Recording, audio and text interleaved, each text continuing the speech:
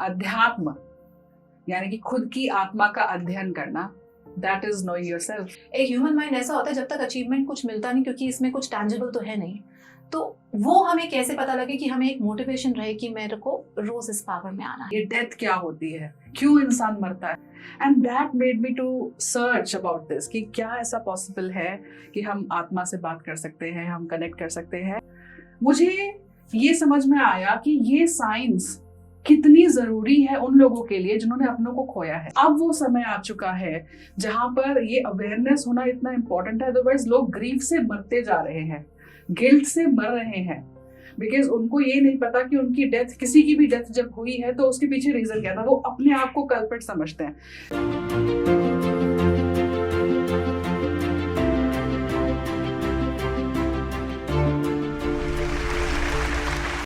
So we have Dr. Priya Kaul with us, who's a renowned practitioner, and I feel highly elated and powerful sharing this stage and platform with her.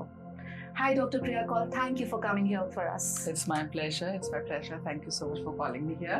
Thank you for making up time to sharing this awareness with our audience.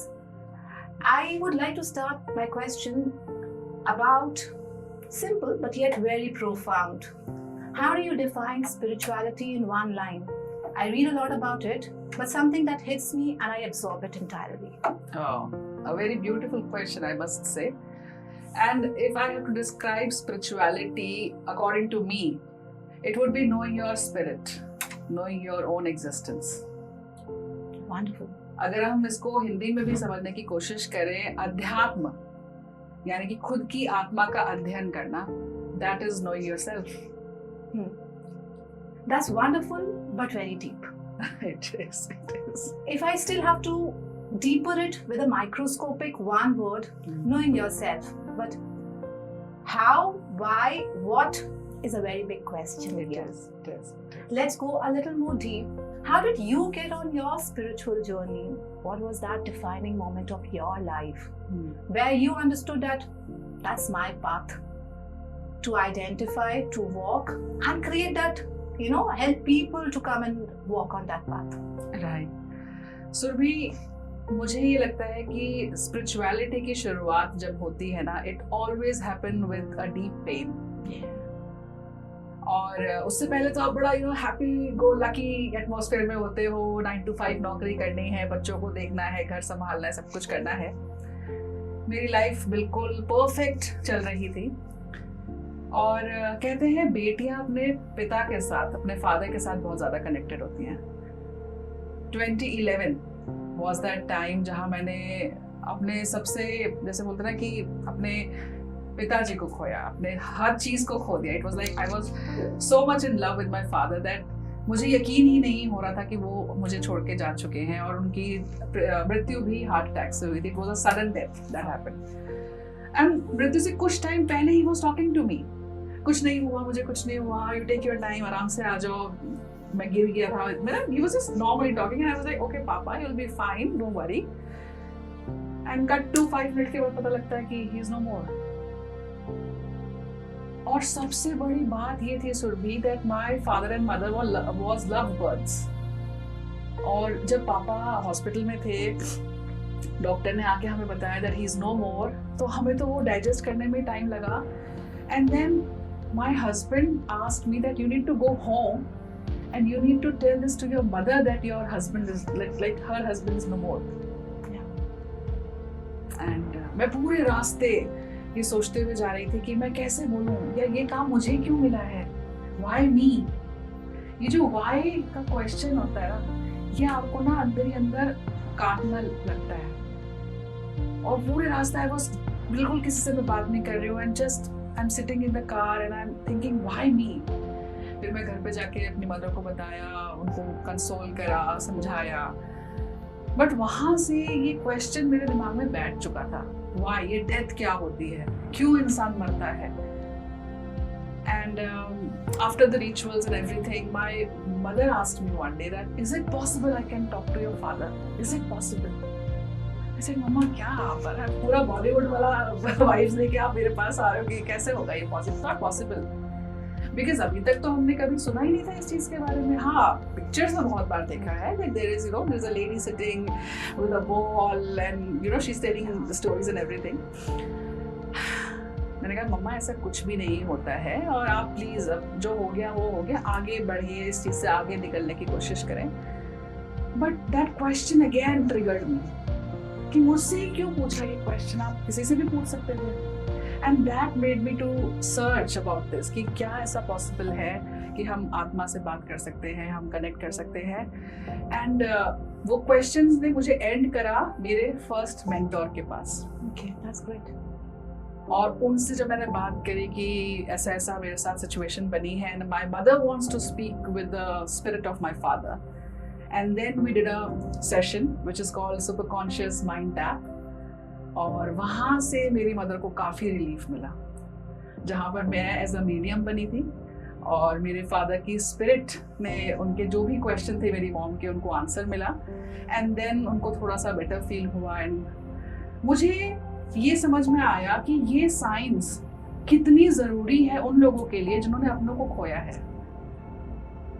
क्योंकि अभी तक ना ये सब चीज़ें ना, जैसे हम बोलते हैं, छुपी हुई रहती हैं, because it should not reach the wrong hands कहा जाता है ना. कई शक्तियाँ ऐसी होती हैं कि आप एकदम से मार्केट में नहीं उनके बारे में बात कर सकते हैं. बट अब वो समय आ चुका है जहाँ पर ये अवेयरनेस होना इतना इम्पोर्टेंट है. अदरवाइज लोग ग्रीफ से मरते जा रहे हैं, गिल्ट से मर रहे हैं, बिकॉज उनको ये नहीं पता कि उनकी डेथ, किसी की भी डेथ जब हुई है तो उसके पीछे रीज़न क्या था. वो अपने आप को कल्प्रिट समझते हैं. मेडिकल कंडीशंस अच्छी नहीं हम प्रोवाइड कर पाए इसलिए वो चले गए, बीमारियों के हम कई कारण ना बन चुके हों इसलिए वो चले गए. तो वो जो गिल्ट और ग्रीफ से अपनी लाइफ को खराब कर रहे हैं, उसको सोल्यूशन देना कितना इम्पोर्टेंट है.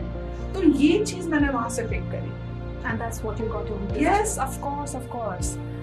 And मेरी मदर को तो काफ़ी रिलीफ मिला, मगर क्योंकि मेरे फादर ने उनको कहा था कि you need to take care of your self, otherwise you will be आप भी मेरे साथ ऊपर आ जाओगे, हेवन में आ जाओगे. Because my mother was losing her will power day by day, but वो बच नहीं पाई.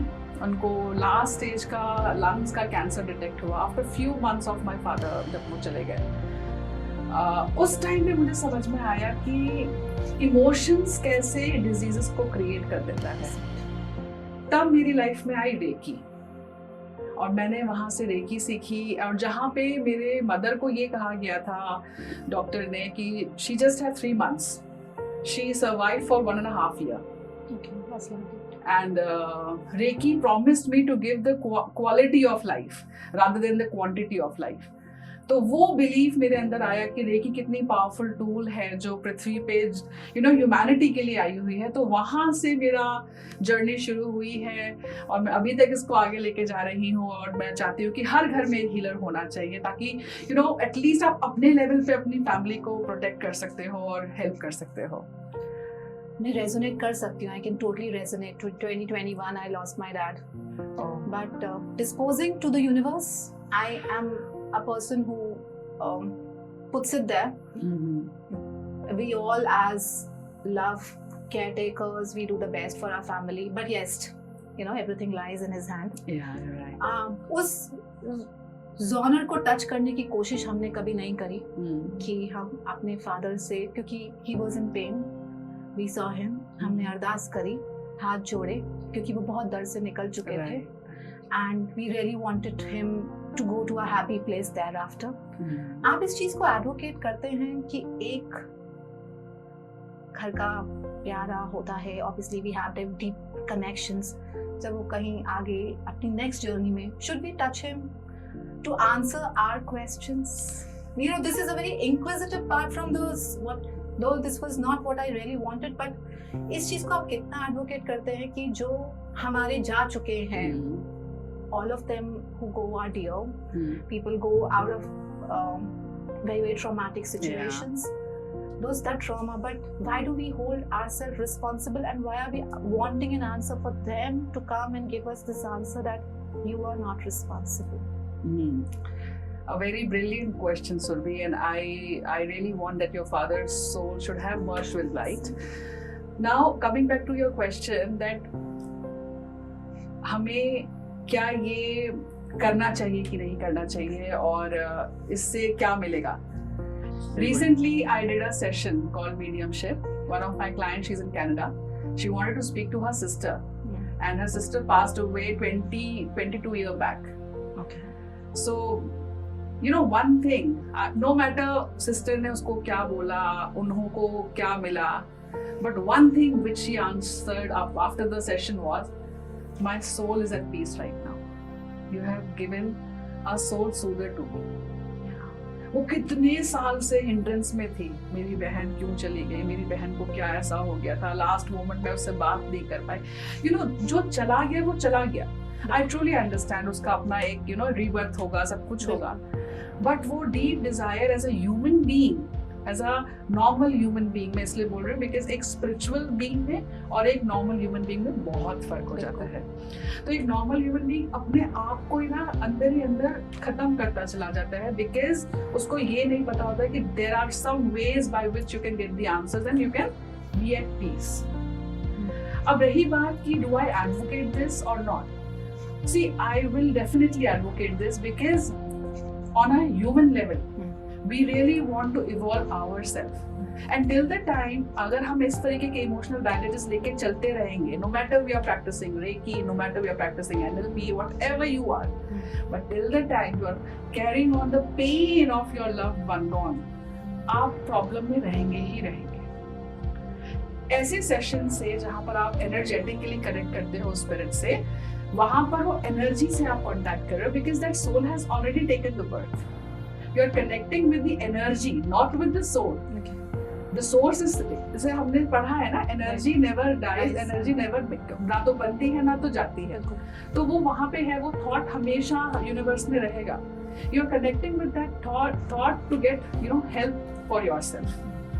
सो डेफिनेटली मैं इसको एडवोकेट करती हूँ. स्पेशली 2020 में कितना डिजास्टर आपने देखा, हम सब ने देखा है.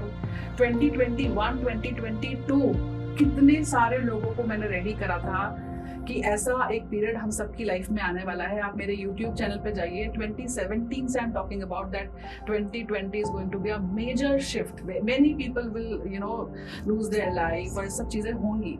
मैं ये बोलते हुए आ रही थी, तो इसलिए मैंने एक टीम तैयार करके रखी थी अपने लिए कि कल को हमारे पास ऐसे केसेस आए तो मेरे पास स्टूडेंट होने चाहिए, मेरे पास मेरी टीम होनी चाहिए. We have help so many people during that time. मेरा तो एक इनिशिएटिव भी चल रहा था उस समय, कॉज फॉर लव, जहाँ पर हम लोग लोगों को फोन पे बात कर रहे थे, मोटिवेट कर रहे थे. लोग डरे हुए थे, लोग इतना ज्यादा एक डिप्रेशन में थे, तो हम लोग उनसे बातें करते थे, उनको हील करते थे और उनको उस जोन से बाहर निकालते थे. तो मुझे लगता है कि ये सब चीज़ों की ज़रूरत तब तक है जब तक आपको अपने अंदर की एनर्जी और अपने अंदर जो कैपेबिलिटी है ना, जो ईश्वर से हमें मिल रही है, उस पर जब तक ट्रस्ट नहीं करोगे तब तक आपको किसी ना किसी चीज़ पर तो डिपेंडेंट होना ही पड़ेगा, वो पीस को लाने के लिए अपने अंदर.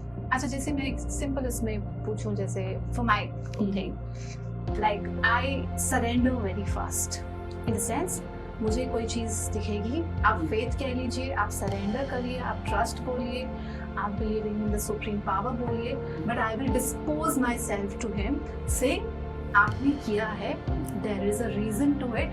अगर मेरे को ये बोलना है तो मैं बोलूंगी, और अगर मेरे लिए ये नहीं है तो आपने हटाया है, उसके पीछे भी आप ही का रीजन. हाँ, so is this a path, is this a step forward to spirituality? This is the very big step, Surbhi. आप सरेंडर थर्ड स्टेप है डिविनिटी का, जिसको हम कहेंगे. आप ऑलरेडी वहां पर हो जहां आप ये कहते हो कि हे परमेश्वर, मेरी सांस भी अगर आ रही है तो उसके जिम्मेदार आप हो. बिल्कुल. और अगर मेरी सांस में थोड़ा सा भी ऊपर नीचे हो तो उसके जिम्मेदार भी आप हो. I am surrendering my self. इसको हम कहीं सेल्फिशनेस से या अपने ऊपर से रिस्पॉन्सिबिलिटी आगे देने में मानेंगे या नहीं? ये आपका लॉजिक माइंड है, वो अभी अलग है इसका मतलब. वो कहता है कहीं पर मुझको कि कभी सी you have to take charge of your own responsibility, Surmi. You cannot surrender. That's true. कि आप कर्म करके और आप सोच रहे हैं कि भगवान आपने ही करा है, it's all because of you. मैंने चाकू उठाया था, आप मेरे खून करवा दिया. तो एक को दिमाग आता है कि ये तो मैंने गलत कर दिया, तो मैं आइडेंटिफाई कर पाती हूँ उसको गलत, लेकिन अब उसको मैं वापस जाके ठीक तो नहीं कर सकती फॉर श्योर, लेकिन आगे उसमें मैं क्या कर सकती हूँ. तो क्या ये एक स्पिरिचुअलिटी की तरफ का फुटस्टेप है और इसको मैं एम्ब्रेस और कैसे कर सकती हूँ? देखिए सुरभि, सबसे पहले आप ऑलरेडी वो स्टेप पे हो जिसको हम कहते हैं सरेंडर करना, बट सरेंडर विद अवेयरनेस।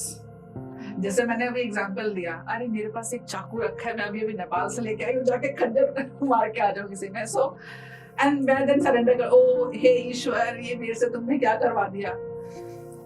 आप देखिए आपका कॉन्शियस क्या कह रहा है। Are you happy after doing that और are you feeling sad? If you are feeling sad तो आपने कुछ ऐसा कर्म करा है जिसका अब आप भुगतोगे भी। वो बोलते ना, कर्मा तो साथ साथ चलता चला जाता है। सो वो अवेयरनेस में होना बहुत इंपॉर्टेंट है। तो अगर आपको ये लग रहा है कि मैं प्रार्थना कर रही हूँ, मैं सरेंडर कर रही हूँ और मैं उसके पीछे पे लॉजिक नहीं ढूंढ रही हूँ, then you are on right path. Okay. And if you are after surrendering thinking कि अरे पता नहीं ये सही है कि नहीं, कहीं ये ऐसा ना हो जाए, वैसा ना हो जाए, देन अभी थोड़ा काम करना पड़ेगा। तो इसको हम कैसे इम्प्रेस कर सकते हैं कुछ हमारे ऑडियंस के लिए भी, where people really are working towards this goal. हमारी स्पिरिचुअल पावर्स क्या है, हमारी लाइफ का पर्पस क्या है, एक अनआइडेंट, ऐसा लगता है ना कि आप जिंदगी में आए हैं, आपका कुछ तो मकसद होगा, आप उसको कैसे आइडेंटिफाई कर सकते हैं? आप अपने मेंटीज को, अपने कोचेस को, आपके जो ट्रेनीज रहते हैं उनको कैसे गाइड करते हैं, कैसे बताते हैं कि okay now this is the path, hand holding जो एक मेंटर का होता है वो क्या रहता है? देखिए सुरभि, यहाँ पर ना बात समझने की है that your path is your path. Exactly. It is none of my decision कि मैंने कह दिया तो अब आपने वो चीज को follow करना है. No. Now what I teach to my student or to my people is, you are like a green tree. Now what is the fundamentals of tree? उसका क्या काम है? Let's talk about it.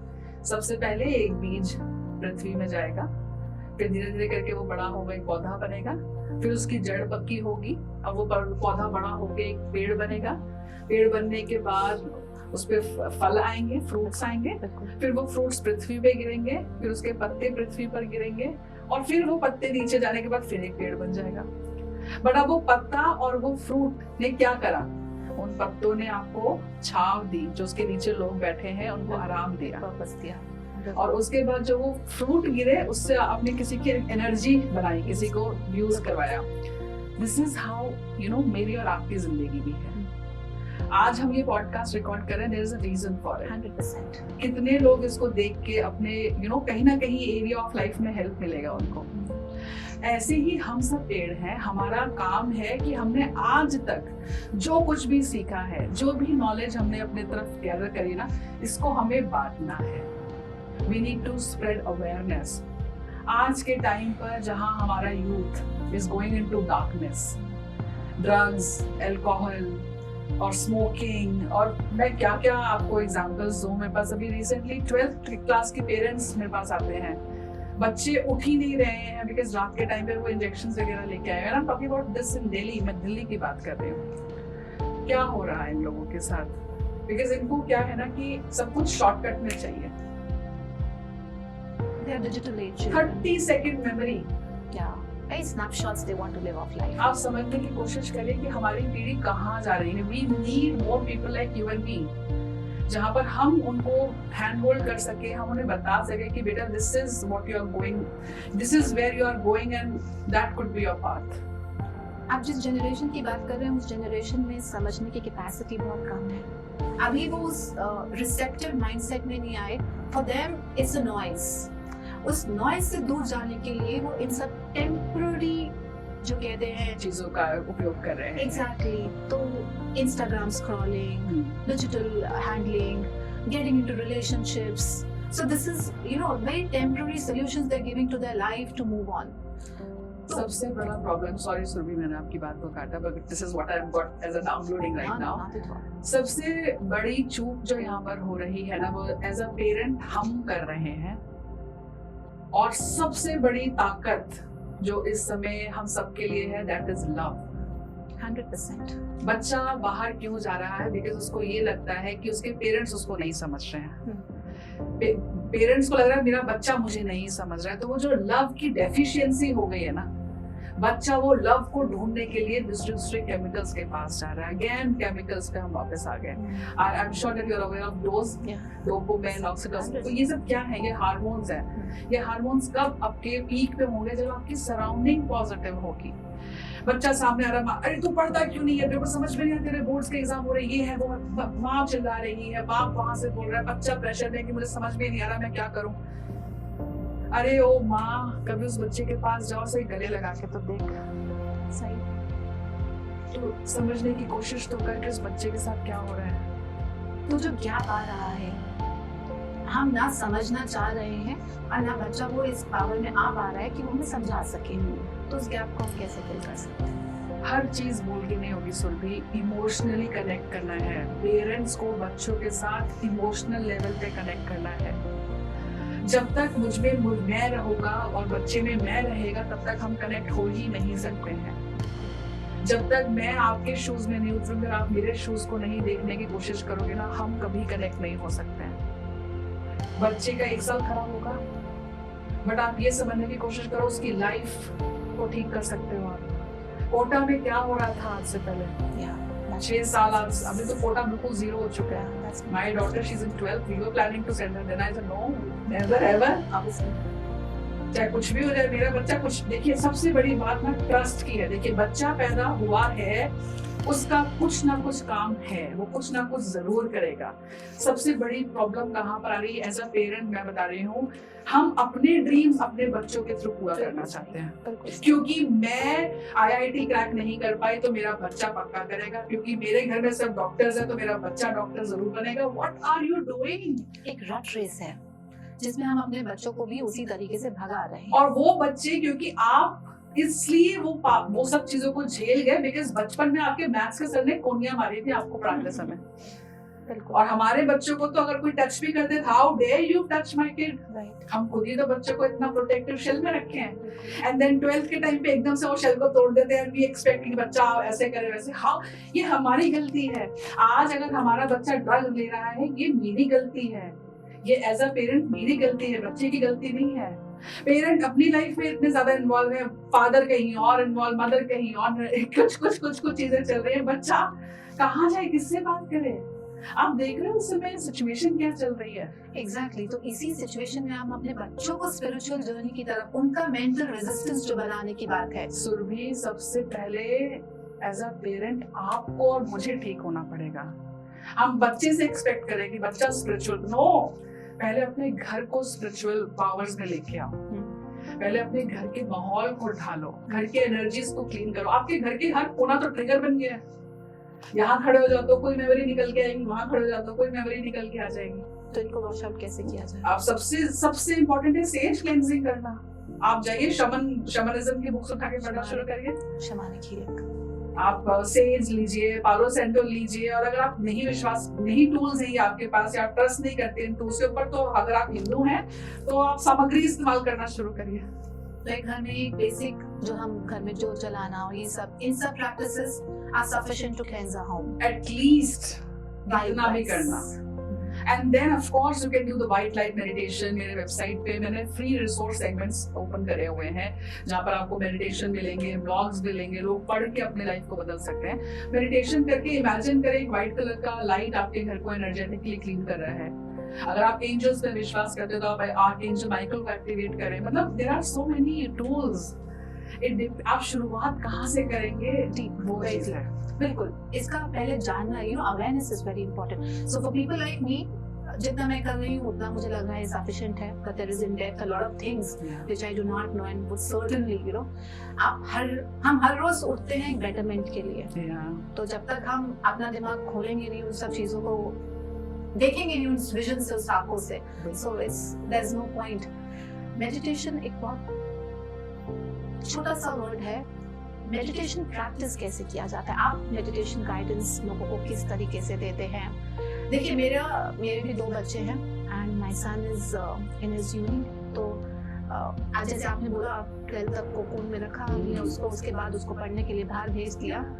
ठीक है, is being trust बहुत बड़ा है, we still have अपनी वैल्यूज पे भी ट्रस्ट है, लेकिन हाँ कहीं वेस्टर्न उसमें वो लॉस्ट इन द सेंस ऐसा हो गया कि अकेला फील करता है, how do you suggest us to take this ahead for him? As a mother, I would recommend to start doing the pink light meditation. Now you'll ask what is pink light. 100%. I'm sure आपने एक movie आई थी पीछे, मैं ना picture से बहुत कुछ सीखती हूँ सभी।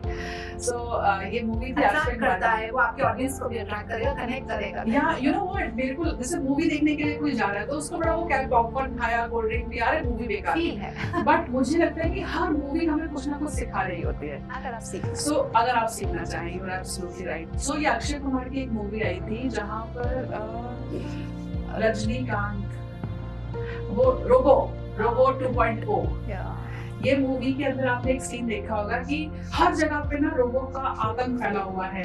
ये चिड़िया जो ये अक्षय कुमार है, ये हर जगह पे मोबाइल्स को उठा रहे हैं, ये कर रहे हैं, सब कुछ कर रहे हैं। बट साउथ में एक जगह थी, एक ऐसा इंस्टीट्यूट था जहां पर जाके ना उसकी एंगर की वाइब्रेशंस का काम नहीं चल रहा था। वो कौन सी जगह थी? जहां पर वो पिंक लाइट भेजते थे यूनिवर्स में to receive love frequency on earth. That's not a mental activity what you do? It is not mental. It is like you don't have to imagine this. This really happens. Pink light exists. But you have to visualize it in your mind and then that to happen. Provided if you can. Otherwise, this pink light meditation, it's a guided meditation that you just need to listen to it, and this will be done. We'll share the link in the bio. Of course. So, ये pink light क्या है ना? So every color creates some energy. 100%. So pink light creates the energy of love, the highest megahertz frequency, Okay. plus 750 hertz. तो इससे ऊपर का जो भी vibrations है वो सारा love frequency है. So when you start practicing the pink light meditation and you bring your son into it, your daughter, your auntie, your mother-in-law, your father-in-law, whosoever जिसके साथ आपको लगता है कि कुछ ना कुछ मेरा रेजोनेट नहीं करता या हम लोग एनर्जी वाइज कनेक्ट नहीं कर पा रहे इस मोमेंट पे, आप देखेंगे couple of days of this practice and you'll see a transformation happening between you and the other person because आपने लव से सराउंड करा है उस एनर्जी को। That's wonderful. So ये करना सबके लिए बहुत इम्पोर्टेंट है। एंड अगेन जितना ज्यादा आप ये मेडिटेशन करते हैं, specially the pink light meditation, you elevates your vibration. But does it detox your mind?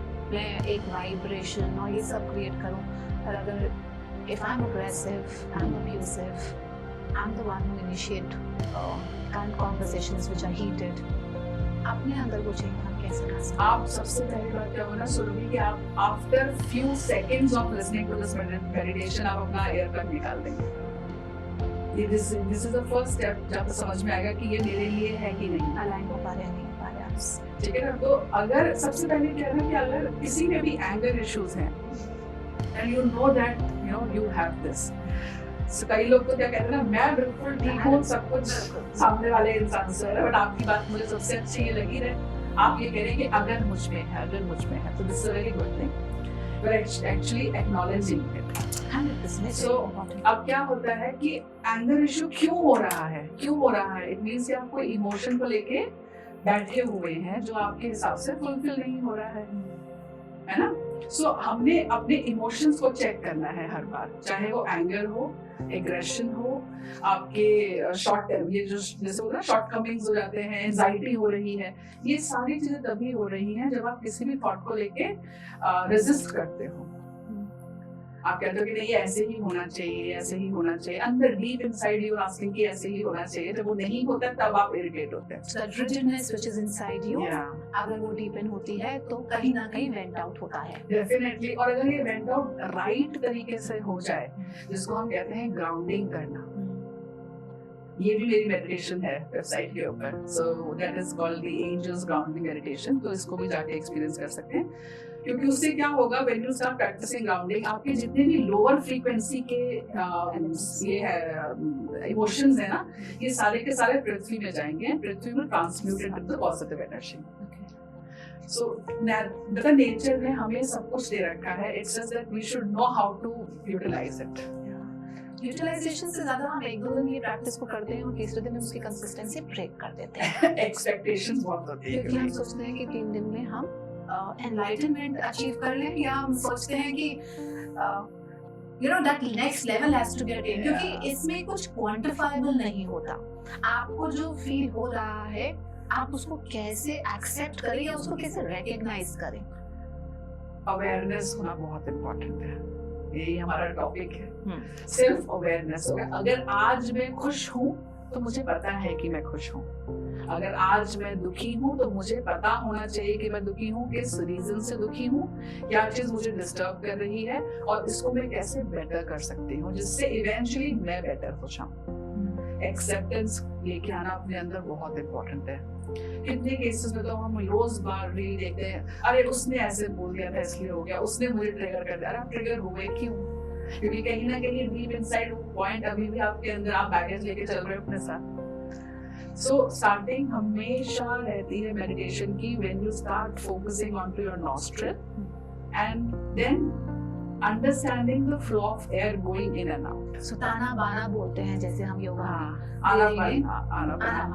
आना बाना एक क्रिया जो आपने बताई, इसके अलावा what are other ways जिससे हम अपनी मेडिटेशन पावर और एक मेडिटेशन के कॉन्सेप्ट में एक रेगुलरिटी ला सकते हैं और विद इट हम ये देख सकते हैं, रियलाइज कर सकते हैं कि हम कुछ अचीव करें। देखिए एक ह्यूमन माइंड ऐसा होता है जब तक अचीवमेंट कुछ मिलता नहीं, क्योंकि इसमें कुछ टैंजिबल तो है नहीं, तो वो हमें कैसे पता लगे कि हमें एक मोटिवेशन रहे कि मेरे को रोज इस पावर में आना है। सबसे ज्यादा इम्पोर्टेंट आज की जनरेशन के लिए या हर एक इंसान के लिए है मेंटल क्लैरिटी होना। क्योंकि बच्चा पढ़ने बैठा है तो ब्रेन फॉगिंग हो रही है, माँ बाप की बात करें तो वो भूल जाते कि परसों हमने क्या खाया था। वो मेंटल क्लैरिटी होना बहुत इंपॉर्टेंट है। Meditation plays a very big role. अगर तो आप ब्रेथ वर्क करते हो तो बहुत अच्छी बात है, नहीं तो साइलेंस मेडिटेशन, जहाँ पर आपने ना तो कोई म्यूजिक लगाना है, ना कोई गाइडेंस लेनी है, ना कोई इमेजिनेशन, कोई विजुअलाइजेशन, कुछ भी नहीं, सिर्फ आप शांति से शून्य को एक्सपीरियंस कर रहे हैं। शून्य मतलब समझते हैं? जीरो, नथिंगनेस को। ये थोड़ा सा टफ हो जाता है, बट अगर आप इसकी प्रैक्टिस इनिशियली से शुरू कर दे तो आगे चल के आपको बड़ा हेल्प मिलती है। And there is a third way, again coming back to the visualisation, जहाँ पर आप इमेजिन करें कि यूनिवर्स की एक व्हाइट लाइट क्राउन चक्र से एंटर कर रही है, आपकी पूरी बॉडी में जा रही है, वो बॉडी से फुट से बाहर निकलते हुए आपके ग्राउंड में जा रही है। इस तरीके की आप एनर्जेटिक लाइट्स को भी इमेजिन कर सकते हैं, इससे भी बहुत रिलीफ मिलता है। अब हम बोलते हैं हमें आउटकम में क्या देखना है कि इससे क्या बेनिफिट मिलेगा। वन बेनिफिट जो आपको आफ्टर अ वीक मिलना शुरू हो जाएगा, दैट इज मेंटल क्लैरिटी। और अगर आपको मिलता है तो आपको पता है कि आगे आपने कहाँ पहुंचना है। और ये जो इतना chaos आता है हमारे दिमाग में जब हम बैठते हैं साइलेंस में, इधर की बात उधर की बात, काम की बात बाहर की बात, घर की बात, पैसा देना, उसको हम कैसे साइलेंट कर सकते हैं? देखिए इसको आपने साइलेंट नहीं करना है, क्योंकि आंखें बंद करते ही सबसे पहले क्या आएगा? काले बादल आएंगे। एंड these काले बादल्स आर योर थॉट्स। आज से पहले कभी भी आपने आंख बंद करके नहीं बैठे, और अब आप आंखें बंद करके बैठोगे ना तो दूध वाला आने वाला है, काम वाली आने वाली है, घंटी बजेगी, अरे मेड ने ये कहा था, ससुर ने वो, ये सब आएगा। आप सिर्फ इसको ऐसे देखो कि एक बादल आ रहा है थॉट का, और थोड़ी देर के बाद ये बादल अपने आप चला जाएगा, फिर एक नया थॉट आएगा, फिर चला जाएगा, फिर थॉट आएगा, फिर चला जाएगा। एंड टाइम विल कम जहाँ पे कोई भी थॉट आने आपके सारे बंद हो जाएंगे, और एक क्लियर स्काई की तरह आप अपनी मेडिटेशन को आगे कंटिन्यू। हमें कॉन्शियसली कोई एफर्ट नहीं, कुछ नहीं, उसे अपने आप उस क्लाउड को जाने देना है। जैसे बोलते हैं थर्ड पार्टी स्पेक्टेटर बन के आप बैठे हुए, you are just seeing that okay ये हो रहा है, और देखेंगे वो वापस यहाँ चला जाएगा, फिर आएगा, फिर जाएगा, ये होगा, ये 3-4 दिन होगा, उसके बाद फिर सब कुछ टॉप बन जाएगा। एक सिंपल टिप जो वुंड्स फॉरगिवनेस के लिए बहुत बड़ा रहता है, एक ट्रॉमा के साथ जो हम जी रहे हैं, जो शायद अननोन है, कई बार अनआइडेंटिफाइड होता है, हमें नहीं पता कि वो ट्रॉमा हमारे अंदर है, but there is some sadness. उस चीज़ को हम देख नहीं पा सकते हैं, बट वो हमारी वाइब में आता है कभी कभी, और हमारे एक्शंस में दिखता है, लेकिन उसको हम पहचान नहीं, the recognition is missing. How can we, ना जानकर भी उससे हम कैसे बाहर निकल सकते हैं? Not everything is known. I feel whatever is happening, हर चीज़ हमारी जानकारी के इतना बड़ा कंजम्पशन हमारा नहीं है, तो हम उसको कैसे रिलीज कर सकते हैं? एक बहुत ही प्यारी प्रार्थना मुझे मेरे एक मेंटर ने सिखाई थी कि रात को सोने से पहले आपने अपनी आंखों को बंद करना है, हाथ जोड़ लें, और कहना है जितने भी दृश्य शक्ति और अदृश्य शक्ति, दृश्य आत्माएं, अदृश्य आत्माएं, जिनको मैंने दुख पहुंचाया या जिन्होंने मुझे दुख दिया, मैं उन सबको आज माफ करता हूँ। ये प्रार्थना करके आप सो जाएं। मैंने इस प्रार्थना का 3 स्टेप में देखा बताया, आप मतलब पढ़ा है और करती हूँ। आप बताइएगा इसमें और कुछ ऐड करना हो तो। एक जो मैंने किया किसी के लिए, नोन अननोन। एक जो किसी ने मेरे को किया उसको भी मैं फॉरगिव करती हूँ। तीसरा, एक मैंने जो अपने साथ किया, माई सेल्फ, मैं अपने आप को भी उस नेगेटिव ऑब्लिगेशन से फ्री करती हूँ और अपने आप को रिलीजिंग ऑल माई पावर्स। तो ये 3 steps of doing it is sufficient या इसमें हमें एज अ बिगिनर ये बहुत बड़ी बात है। एज अ लेमैन जिनको कुछ नहीं पता, उनके लिए इतना भी कर रहे हो ना, ये बहुत बड़ी बात है। हैट्स ऑफ कि आपने इसमें ये लाइन भी जोड़ दी कि मैं अपने लिए भी मैंने क्या किया क्या नहीं करा। सो ये बहुत बड़ी बात है और मैं चाहूंगी कि आपके जितने भी लोग ये पॉडकास्ट को देख रहे हैं, ये आज से प्रैक्टिस करना शुरू करें। एटलीस्ट आपको ना वो इनर पीस एक्सपीरियंस करने को मिल जाएगी। बिल्कुल, वो पावर ऑफ फॉरगिवनेस बहुत है। Yeah, of course. And then do we also have Ho'oponopono, the Hawaii technique? Yeah, that's that. उसके बारे में कुछ बताएंगे? A next podcast. Yeah. So we shake our hands here. Thank you so much for being here with us and creating that third, एक awareness create हुई. But I'm sure we have you more and more every week so that we can hear a lot and we can benefit the maximum to our audience. Of course, my pleasure. Thank you so much, everyone.